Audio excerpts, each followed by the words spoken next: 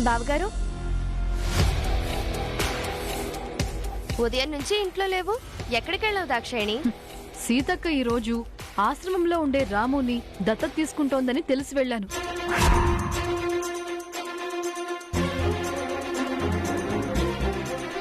అక్కడికి వెళ్ళాక ఎందుకు వెళ్ళానా అని బాధపడ్డాను. ఏమైంది? ఏమవడమేంటి, పాపం ఆ రాము సీతక్క తనకి తల్లి కాబోతోందని ఎన్నో ఆశలు పెట్టుకుని గుడికొచ్చాడు. తీరా దత్తత జరిగే సమయానికి వాడికి కూడా చెప్పకుండా ఆ కార్యక్రమాన్ని మధ్యలోనే వదిలేసి ఎటో వెళ్ళిపోయింది సీతక్క.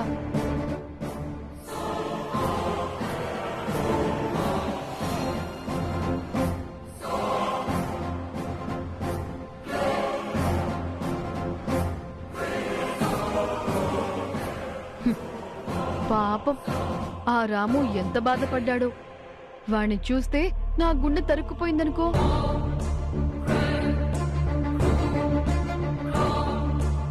నమ్మిన వాళ్ళని మధ్యలో వదిలేసి వెళ్లడం సీతక్కకిదేం కొత్త కాదు కదా. చూడు సరస్వతి, నువ్విప్పుడు పెడార్థాలు తీసి వదిన్ని దెప్పిపడవలసిన అవసరం లేదు. పెద్దొదినది నమ్మించి మోసం చేసే నైజం కాదు. మరొక చిన్న పిల్లాడికి తల్లిగా ఉంటానని చెప్పి వాడికి ఆశ పెట్టి అది చేయకుండా మధ్యలో వదిలి వెళ్ళిపోవడం ఏంట్రా? ఒక పని చేయాలని సంకల్పించినప్పుడు ఎన్ని అవాంతరాలు వచ్చినా సరే చేసి తీరాల్సిందే. ఆ సంకల్పాన్ని మించిన పనేదో వదినకుండి దీన్ని నెరవేర్చలేకపోయింది అనుకోవచ్చు కదన్నయ్య. జీవితం అంటే ఆటకా శంకర్.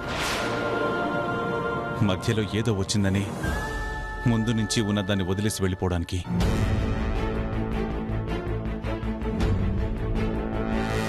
కలిసి ఉంటానని మాటిచ్చాక, కలుపుకొని పోతానని చెప్పాక సమస్య వస్తే సర్ది చెప్పుకోవాలి.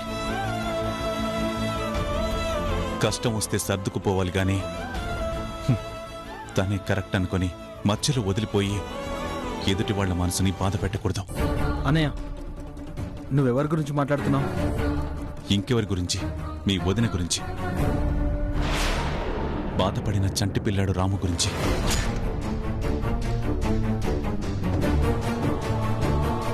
అయినా దత్తత స్వీకారం అంటే భర్త పక్కన ఉండాలి కదా. బావగారు లేకుండా ఎలా చేసుకుందాం అనుకుంది అక్క? అక్క మామూలుగానే ఏదైనా స్వయంగా నిర్ణయాలు తీసుకుంటుంది. ఇప్పుడు ఎలాగో బావగారికి దూరంగానే ఉంటుంది కాబట్టి ఈయనకి చెప్పేదేంటి అనుకుందేమో. ఎప్పుడు చూసినా అన్నయ్యకి వదినికి ఇంకా మీ మాటలతో దూరం పెంచాలని చూస్తారెందుకు దాక్షాయిని? ఇది మరీ బావుందండి. ఇప్పుడు మాత్రం వాళ్ళేమైనా కలిసి ఉంటున్నారా?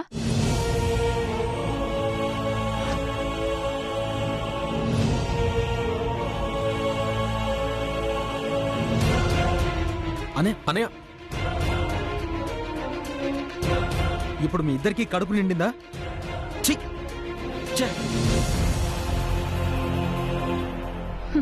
పద బబ్లు వెళ్దాం.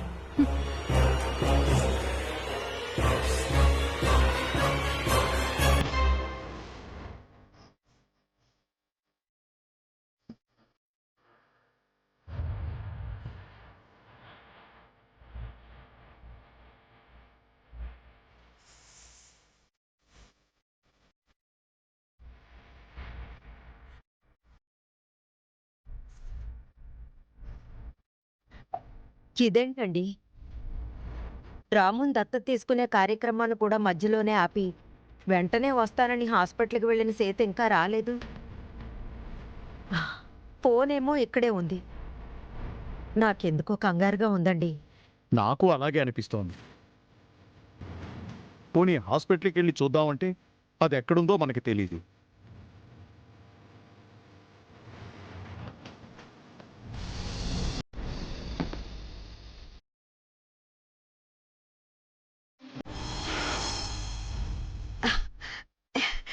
చూడండి, అమ్మాయి వస్తోందండి.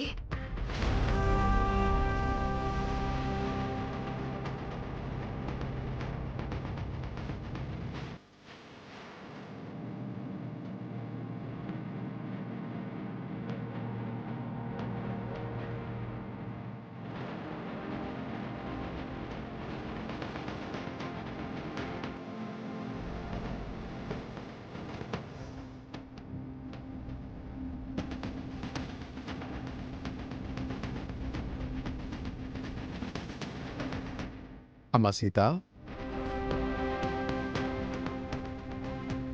ఆ చనిపోయిన బిడ్డ మీ బిడ్డ కాదు సీత గారు. మీ కొడుకు బ్రతికే ఉన్నాడు సీత గారు.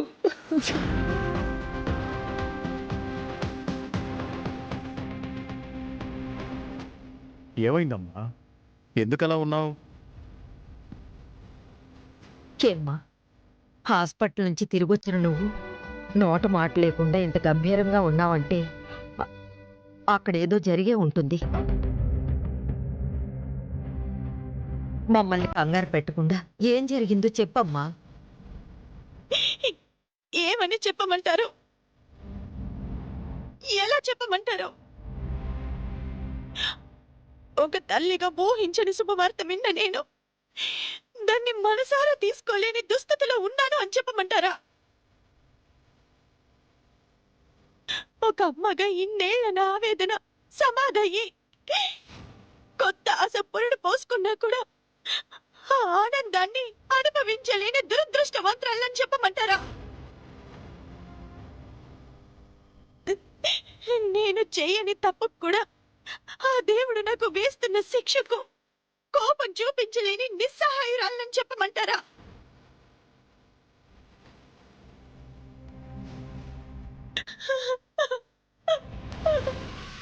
నీలో ఏదో బాధ, అసంతృప్తి, అసహనం, తెలియని సంతోషం కనిపిస్తున్నాయి.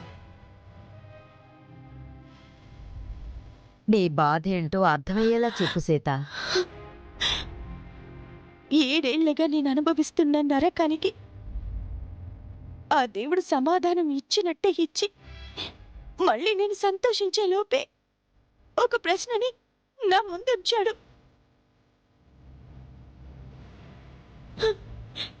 చనిపోయాడు అనుకుంటున్న నా కన్న కొడుకు బ్రతికే ఉన్నాడంట.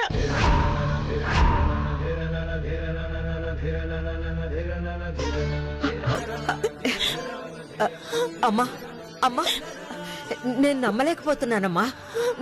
నువ్వు అన్నది నిజమేనా? అమ్మా సీత, నువ్వు చెప్పింది నిజమా తల్లి? నిజమే తాతయ్య.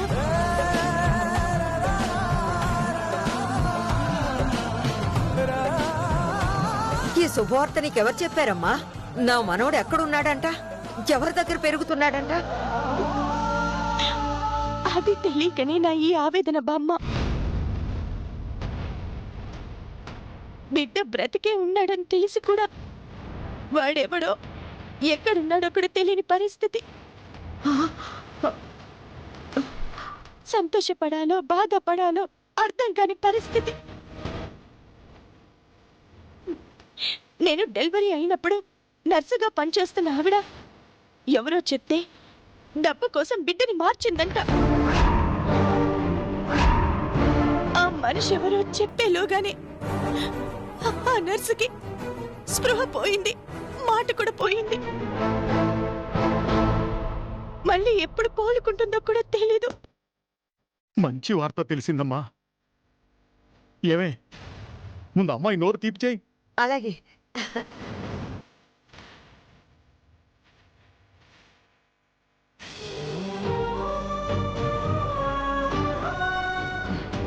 సీత, అమ్మా నోరు తెరు.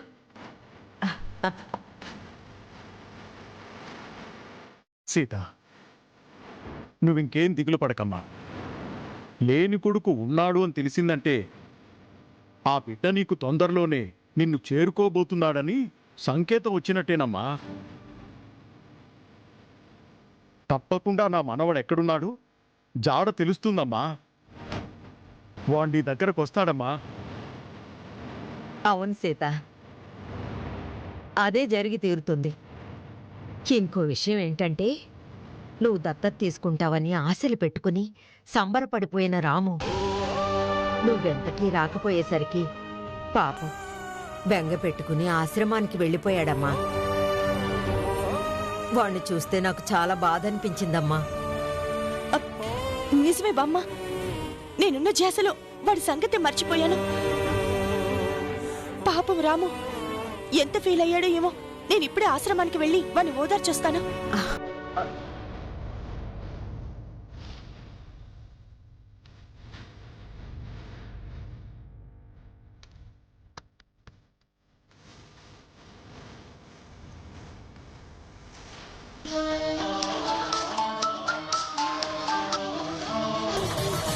చెప్పమ్మా సీత.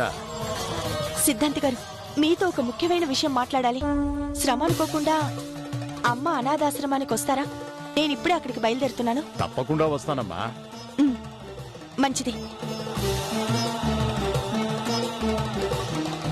వెళ్ళొస్తాను తాతయ్య. వస్తాను బామ్మ. ఏమే, నా మునిమనోడు ఏ క్షణమైనా రావచ్చు.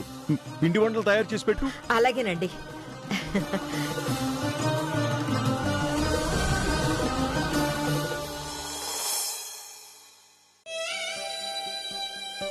రాము తలుపుతీరా, ప్లీజ్ రా. తలుపుతీరా రే రాము, తలుపుతీరా రే రాము, తలుపుతీరా రాము, రే రాము, తలుపుతీరా రే రాము, తలుపుతీరా, తలుపుతీరా రే రాము, తలుపుతీరా రాము, తలుపుతీరా ప్లీజ్ రా. రాము తలుపు తీయడ్రా. రే రాము, నా మాట వినరా, తలుపు తెరువురా. రేవండి మాట వినడ్రా, తలుపు తీయడాడు. ప్లీజ్ రా, తలుపు తీరా రాము. రే రాము, తలుపు తీరా. ఎవరున్నారా లోపల? ఎందుకు తలుపు కొడుతున్నారు? రాము గడపెట్టుకున్నాడు అయ్యా, తీయట్లేదు. రాము, రాము, పిచ్చి వేషాలు వేయకుండా తలుపు తీ. తలుపు తీ రాము. రాము, రాము, రాము తలుపు తీ. రాము, రాము, రాము తలుపు తీ. రాము, ఏమైంది? మీరు రాముని కొడుగ్గా చేసుకోకుండా గుళ్ళో వదిలేసి వెళ్ళిపోయారంట కదా మిస్. రాము ఫీల్ అయ్యాడు, లోపల కూర్చుని తలుపేసుకున్నాడు. తలుపు తీయట్లేదు మిస్. రాము, రాము తలుపు తీ. నేను తీయను మిస్. మీరు కూడా నాకు అబద్ధం చెప్పారు. రాము, నేను అబద్ధం ఆడలేదు రాము. నిన్ను మోసము చేయలేదు. నేనెందుకలా నిన్ను వదిలేసి వెళ్లాల్సి వచ్చిందో చెప్తాను. ముందు తలుపు తీ. నేను తీయనని చెప్పాను కదా మిస్. నాకు కోపం వచ్చింది. నేను ఎవరితో మాట్లాడను. నాకు కూడా కోపం వచ్చింది. నేను కూడా. సరే అయితే, నువ్వు నా మాట వినట్లేదు కదా, నేను కూడా అలిగాను. వెళ్ళిపోతున్నాను.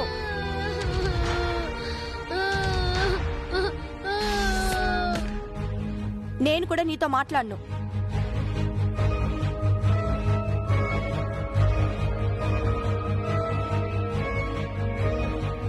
రాము, వెళ్ళిపోతున్నాను. వెళ్ళిపోతున్నాను. గణేష్, నీ ఫ్రెండ్ రాముకి నేను వెళ్ళిపోతున్నానని చెప్పు.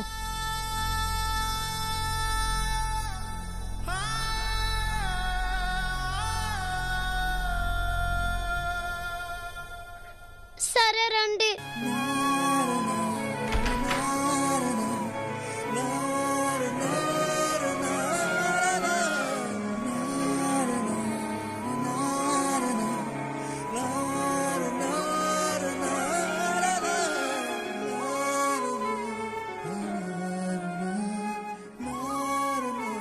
రాము, నేను నిన్ను దత్తత తీసుకోవాలి అనుకున్నాక, నా కొడుగ్గా చేసుకోవాలి అనుకున్నాక చాలా ముఖ్యమైన పనుంటే తప్ప నిన్నెందుకలా వదిలేసి వెళ్ళిపోతాను చెప్పు. వదిలేసి వెళ్ళిపోయారు గమేష్. అది కాదు నాన్న, అసలేం జరిగిందంటే. అమ్మా సీత. నమస్కారం సిద్ధాంతి గారు. నమస్కారం. ఏదో ముఖ్యమైన విషయం మాట్లాడాలన్నావు. ఏమిటమ్మా అది? చెప్తాను సిద్ధాంతి గారు.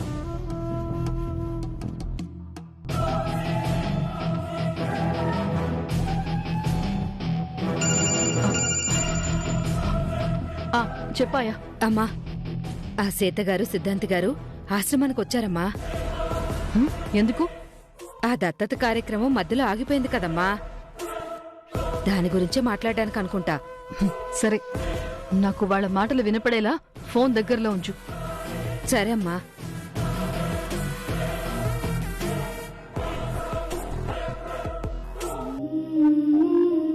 ఒక్క నిమిషం. రాము, దత్తత పేరుతో నిన్ను ఏమార్చాలన్నది నా ఉద్దేశం కాదు నాన్న. పక్కకి జరగండిరా, జరగండి, జరగండిరా. నా కొడుకు ఇంకా బ్రతికే ఉన్నాడన్న నిజం నాకు తెలిసేసరికి ఆ కంగారులో అలా వెళ్లాల్సొచ్చింది. తప్పుగా అనుకోవద్దు. నిజమా మిస్ మీరు చెప్పేది? నీ కొడుకు బతికే ఉన్నాడా? ఎక్కడున్నాడు మిస్? అది ఇంకా తెలియలేదు నాన్న.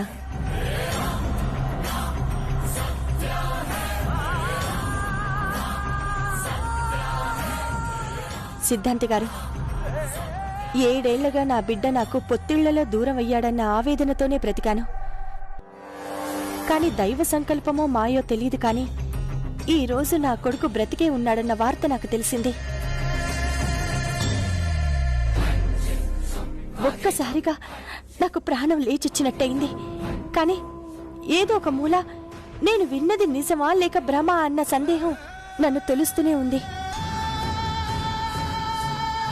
ఆ విషయం మీతో మాట్లాడాలని మిమ్మల్ని రమ్మన్నాను. అమ్మా సీత, నిస్సందేహంగా నీ కొడుకు బతికే ఉన్నాడమ్మా.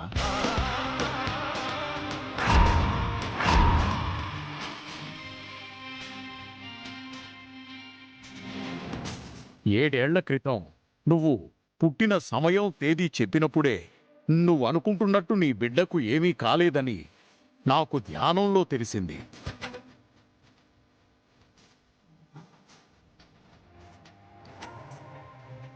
నీ కొడుకు సంపూర్ణ ఆయుష్మంతుడని నాకు అర్థమైందమ్మా. కాని వాడెక్కడున్నాడో నా మస్తిష్కానికి చిక్కలేదు.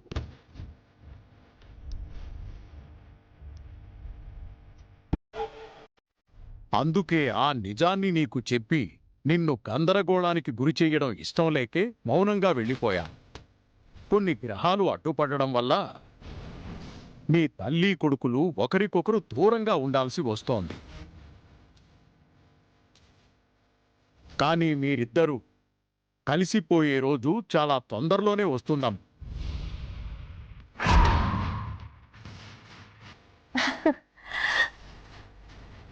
మీ మాటలతో నా అనుమానం మొత్తం తొలగిపోయింది సిద్ధాంతి గారు. నా కొడుకు బ్రతికే ఉన్నాడనే నమ్మకం నాకు బలపడింది.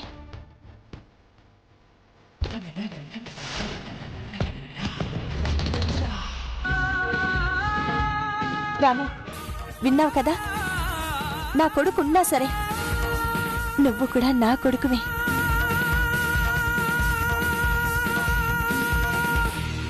తొందరలోనే మళ్ళీ మంచి ముహూర్తం చూసి నిన్ను దత్తత తీసుకుంటాను,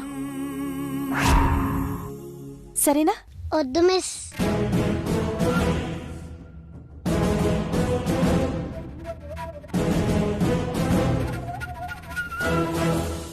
ఎందుకు? నా కొడుకున్నా సరే నిన్ను కూడా సమానంగా చూసుకుంటాను. అది కాదు మిస్, నాలాగే మీ అబ్బాయికి మీ దగ్గరికి రావాలని ఉంటుంది కదా. తనే ముందుగా మిమ్మల్ని అమ్మా అని పిలవాలనిపిస్తుంది కదా. తను వచ్చేసరికి నేనున్నానంటే ఎంతైనా ఫీల్ అవుతాడు కదా మిస్.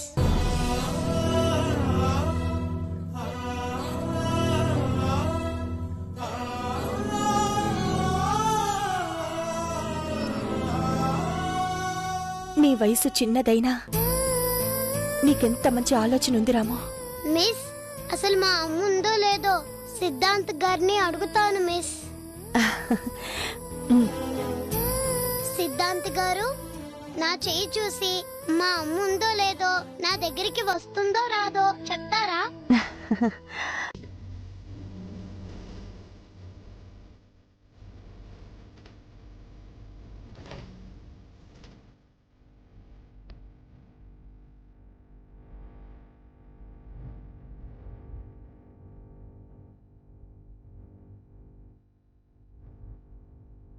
మీ అమ్మ క్షేమంగా ఉంది రాము. నిన్ను తప్పకుండా తీసుకెళ్తుంది.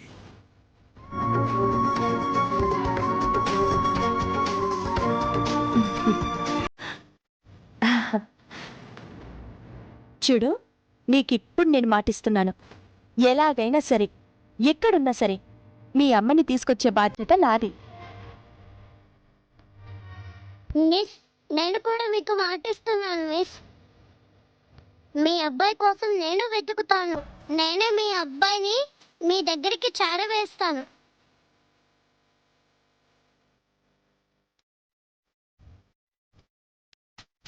ఆ మాట అన్నావు చాలరా.